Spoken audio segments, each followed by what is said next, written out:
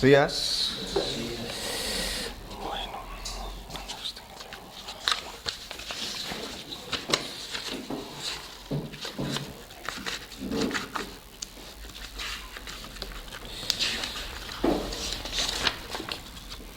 Bueno, sigo con la epístola de los Gálatas. Yo lo he titulado Trabajando en el equipo llamado Iglesia. Son los versículos del 6 al 10. Dice así: Pero de los que tenían reputación de ser algo, lo que hayan sido en otro tiempo, nada me importa. Dios no hace acepción de personas. A mí, pues, los de la reputación nada nuevo me comunicaron. Antes, por el contrario, como vieron que me había sido encomendado el evangelio de la incircuncisión, como a Pedro el de la circuncisión. Pues el que actuó en Pedro para el apostolado de la circuncisión, actuó también en mí para con los gentiles. Y reconociendo la gracia que me había sido dada, Jacobo, Cefas y Juan, que eran considerados como columnas, nos dieron a mí y a Bernabé la diestra en señal de compañerismo, para que nosotros fuésemos a los gentiles y a ellos a la circuncisión. Solamente nos pidieron que nos acordásemos de los pobres, lo cual también procuré con diligencia hacer. Trabajando en el equipo llamado Iglesia, porque yo cuando estaba leyendo estos versículos no me pude sino recordar al entrenador de España de fútbol, a Luis de la Fuente.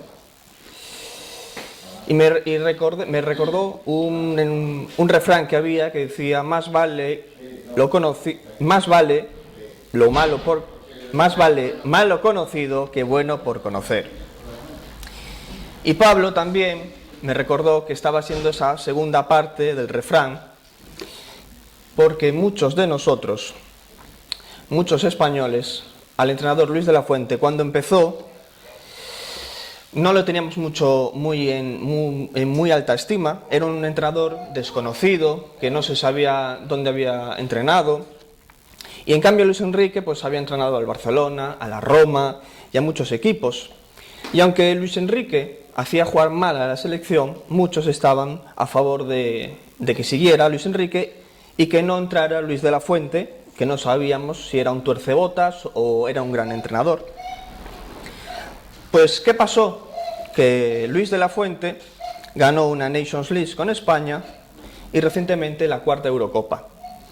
Al final se vieron que era un gran entrenador, que había estado en las sub-21, en la sub-19, y que era mucho mejor entrenador que Luis Enrique.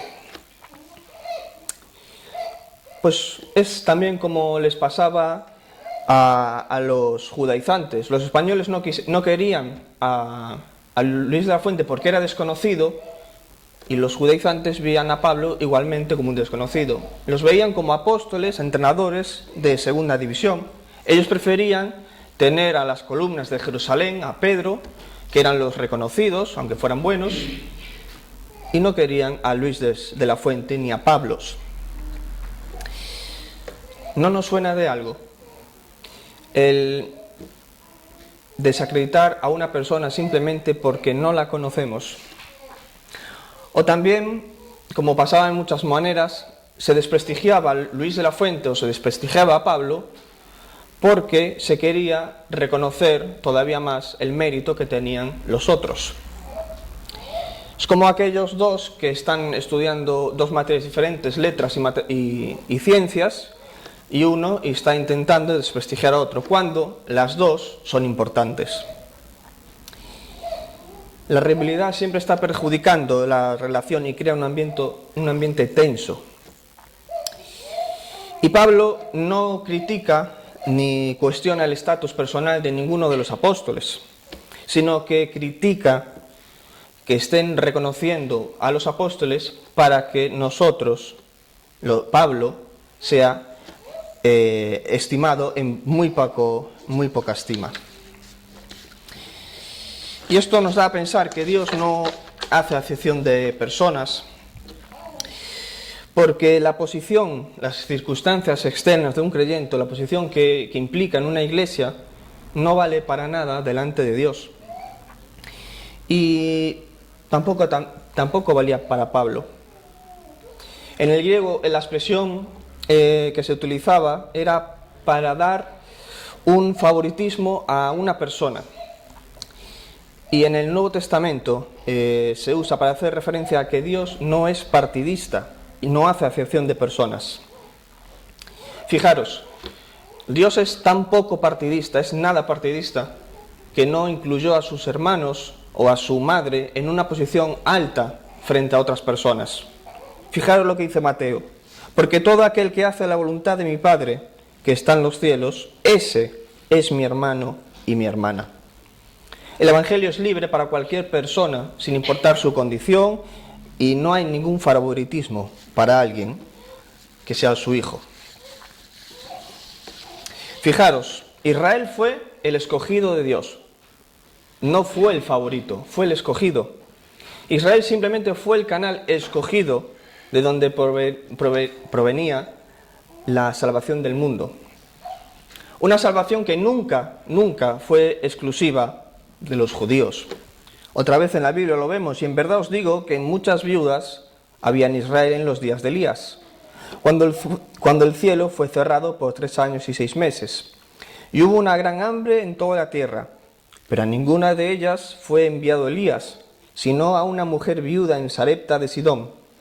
Y muchos leprosos había en Israel en tiempos del profeta Eliseo, pero nunca de ellos fue limpiado, sino Naamán el sirio. La señal de la circuncisión tampoco determinaba y sigue determinando quién pertenece al pueblo de Dios. El prestigio del mundo tampoco es importante para Dios. ¿Qué nos enseña todo esto? Que no hay grandes hombres de Dios. Como decía Paul Washer, no hay grandes hombres de Dios, solo hay hombres pobres, viles y pecadores que tienen a un Dios grande y misericordioso. Y ese es el Dios de Pablo, es el Dios de los apóstoles, aquel que no hace distinción. Y hay algo muy importante, porque los verdaderos hijos de Dios no se creen superiores a otros, no se creen importantes, no se creen especiales. Y solo aquellos que se creen así podemos dudar de que si son hijos de Dios. La soberbia no entra en los planes del cristiano. Los cristianos debemos demostrar amor, paz, benignidad, bondad, mansedumbre, fidelidad, modestia y castidad. Pero ¿cómo puede haber soberbia cuando un cristiano vive con todos estos frutos? ¿Cómo puede haber soberbia en un cristiano? Si en nosotros debe de haber todas estas cosas. La vida en Cristo está diseñada para ser vivida en el poder del Espíritu Santo. Está diseñada para estar bajo el señorío de Cristo y por medio de su palabra. Y podemos pensar que muchos entran en la vida cristiana sin tener estas cosas en la cabeza. Y hacen lo que ellos quieren y continúan sin rendir cuentas y entregar la vida al Espíritu. Fijaros el ladrón en la cruz. Él dio más fruto que muchos, como digo yo, culteros, aquellos que van a la iglesia y calientan las sillas. Él contó el costo de seguir a Jesús. Reconoció que su cruz era justa. Sabía que él tenía que ser condenado. Y se inclinó al Señor y lo reconoció como Señor. Y muchos me dirán en aquel día: Señor, Señor, no profetizamos en tu nombre, y en tu nombre echamos fuera demonios. Leí el rojo, sí. Y en tu nombre hicimos muchos milagros. Y entonces les declaré: nunca os conocí, apartaos de mí, hacedores de maldad. Déjala. Ten cuidado de creer que eres aquel que le dice Señor, Señor, pero que quizás no estés en el camino para que te... Salud, deja eso ya. Eso. Ten cuidado. Prefiero ser el ladrón en la cruz. Prefiero ser el ladrón en la cruz y reconocer mi condena y morir justificado que vivir una vida entera para los hombres, reconocido por los hombres, y que el Señor me diga esto. Solo en el poder del Espíritu, solo bajo el señorío de Cristo y solo mediante su palabra podemos tener los frutos para que esa soberbia baje, que nos revele que somos pecadores en manos de un Dios amoroso y que posiblemente así podamos ser como el ladrón en la cruz y reconocer a Cristo y reconocer nuestra pecaminosidad. Dios no hace acepción de personas y no importa cuál sea lo que hayas hecho, tu edad, tu condición social, tu país, nada importa para Cristo, solo importa que creas en Él, por fe en su sacrificio. ¿Qué nos lleva a todo esto? A ver a todas las personas con un valor intrínseco que ellos tienen. Nos desafía a buscar la justicia en todas las áreas de nuestra vida, promoviendo equidad e igualdad. Los de la reputación nada me comunicaron, dice. Es que Pablo predica el Evangelio verdadero. Pablo predica el Evangelio verdadero. Los apóstoles no le enseñaron nada a Pablo, porque dice que nada nuevo me comunicaron. No echaron el fundamento nuevo sobre Pablo, porque el Evangelio de Pablo era el mismo que predicaban los apóstoles. Y Pablo, al enseñar un Evangelio verdadero, podemos entender que existe un Evangelio falso. Y nosotros tenemos la responsabilidad de presentar un Evangelio que tiene consecuencias eternas. El Evangelio verdadero lleva a hombres y a mujeres a un reino eterno. Y el mensaje corrompido y debilitado de muchos otros lleva a una condenación eterna. Y es un asunto no solo de teólogos, predicadores o pastores, es de cada quien, de cada oveja que tiene en su mente a Cristo y en su corazón, hacer entender y comprender que el mensaje de salvación es con un costo, siguiendo a Jesús. ¿Cuáles las características de un evangelio verdadero? Es un llamado al arrepentimiento, como hacía Juan Bautista. Decía: cambiad de mentalidad. Estáis pensando erróneamente. Pensad de nuevo y pensad correctamente. Es el cambio de mentalidad que hace cambiar de conducta. El arrepentimiento es un deber necesario y general. Es obedecer los mandamientos de Cristo. Hay que buscar la herida para que pueda ser sanada. Hay que buscar el pecado para que pueda ser sanado. Hay que arrepentirse de ese pecado para que pueda ser sanado. El verdadero evangelio está centrado en Cristo y no en el hombre. Está basado en las Escrituras y no en otras revelaciones. Está basado en la gracia de Dios y no por obras. Y podemos detectar el falso evangelio cuando en él hay demasiadas experiencias, donde las visiones y las revelaciones son enfatizadas demasiado, cuando la emoción y los sentimientos apelan más a la razón bíblica, cuando hay un énfasis en lo sobrenatural. Tranquilos, el niño no se muere, ¿eh? Es tranquilo, así. No, el niño es así. Habla más que tú, ¿eh? Habla más que tú. Sí. No, al niño no le pasa nada. Sí, respira muy raro. Venga, Davidcito, venga, te ríes. El verdadero evangelio no tiene un conocimiento secreto que solo lo poseen algunos. El evangelio falso manipula con miedo y hace garantías de prosperidad. Y muchas veces me dicen que dan pena a aquellos que se pierden en un evangelio de la prosperidad. Y yo digo que caen por su propio egoísmo. Porque buscan a un Dios simplemente por la codicia, porque saben que si hacen esto o lo otro, pues ganan dinero. Y no lo están buscando por amor, sino por la codicia de ellos mismos. Y la dinámica de muchas iglesias que están buscando la codicia, están buscando el dinero, los pastores son el centro de atención. Así que aquel que predica el Evangelio exalta a su Dios, y el que se exalta a sí mismo es humillado. Podemos ver la doctrina de los falsos evangelios cuando un hombre es exaltado, cuando el centro del Evangelio es el hombre y no Dios. Pero el Evangelio no exalta humanamente a quien lo predica. Hay políticos, predicadores, que tienen una capacidad para hablar en público excelsa, pero no todo el que habla bien es un buen predicador. Muchos tienen elocuencia en el púlpito, pero no en la palabra de Dios.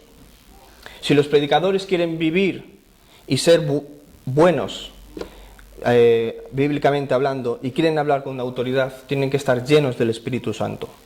Tienen que estar cerca de Dios y cerca de su palabra. No deben de conocer solo la palabra, sino que también la deben de vivir. En los días de la Reforma sabían la respuesta a muchos problemas con una sola frase. ¿Qué dicen las Escrituras? Una frase que puede causar muchas divisiones, pero muchas divisiones a veces son positivas. Porque en estos versículos podemos ver la división del ministerio. La división del ministerio. Fijaros, me había sido encomendado el evangelio de la incircuncisión como a Pedro el de la circuncisión. El evangelio de Pablo era independiente a los de la iglesia, pero era el mismo. Era independiente en el sentido de que podía resistir las acechanzas del enemigo, pero de estar defendido también por sus amigos. Era un evangelio igual a cualquier época. Era el evangelio que predicaba Lutero, el que predicaba Calvino, era el que predicaba todo aquel que es hijo de Dios. Y el método que usaban era diferente. Las audiencias eran diferentes. No era la misma audiencia la de Pablo que la de Pedro. No era la misma audiencia los del primer siglo que los de ahora. Fijaros en Jesús. Él presentó el evangelio a Nicodemo totalmente diferente a la mujer samaritana. A Nicodemo le dijo, tienes que nacer de nuevo. Y nunca vemos esa misma frase en otra parte. Y a la mujer de la samaritana le dice, si bebieres de este agua que yo te daré, nunca volverás a tener sed. Jesús presentó el evangelio de distintas formas, pero era el mismo. Pablo predicó el evangelio diferente a como lo predicó Pedro, pero era el mismo. Tenemos que entender que el Nuevo Testamento no es una mezcla de hombres y mujeres, hombres que tuvieron una teología y la tuvieron que hacer ahí una unidad. No, el Nuevo Testamento es un único mensaje, una única teología, pero presentada, hablada, dictada en diferentes formas. Y esto tiene una gran aplicación para nosotros, la división del ministerio, porque nadie puede solo con la obra, porque la cosecha es grande, pero los obreros son pocos. Porque era una pena en esos versículos que nos habla Mateo, de que la mies, la cosecha, se desperdiciara porque había tan pocos obreros, que el grano se echase a perder y corrompiese el campo por falta de segadores. Que hubiera tantos vagos cuando había tanto que cosechar. Todos dependemos de todos, y el conjunto de todos dependemos de Cristo. Las tareas de la iglesia, como esa cosecha, debían de ser cargas, pero eran cargas ligeras. Es que a veces nos pesa contribuir a la iglesia. ¿Acaso no podemos hacer una oración? A veces es esforzado, porque a veces se nos llena la boca de Dios y de que estamos haciendo esto y lo otro en nuestra iglesia, pero resulta que no venimos. Nos falta congregarnos. ¿Por qué nos falta congregarnos? Entreguemos nuestra vida más y mejor a Cristo. Trabajemos para la Iglesia, para los demás. Dividamos el ministerio. Ayudemos a llevar la cruz, como lo hizo José de Arimatea con Jesús. Son señales de compañerismo, son señales de amor, son señales del fruto del Espíritu, son señales de que estás utilizando tus dones para Cristo. ¿Cuáles son tus dones espirituales? ¿Cómo puedes utilizar tus dones para servir a la Iglesia? ¿Qué obstáculos te impiden utilizar tus dones? ¿Cómo puedes crecer en el uso de tus dones?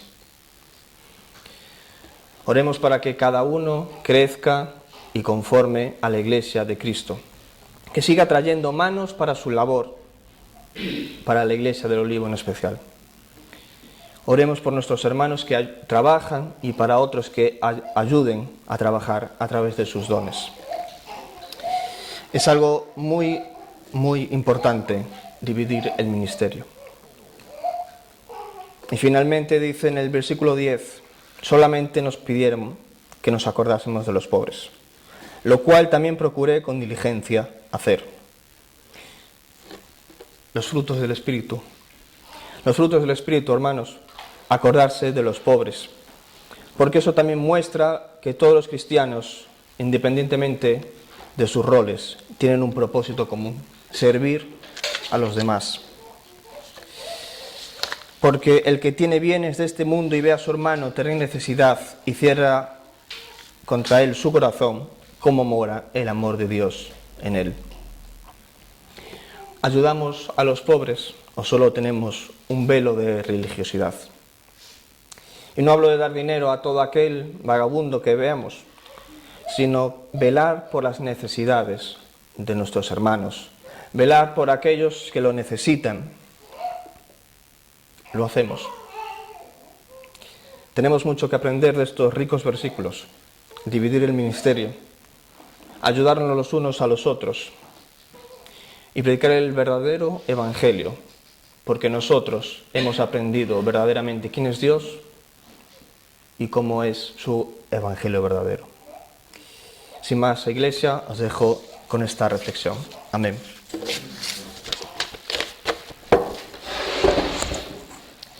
Se han acabado las pilas. Ay, y sé que se las puse.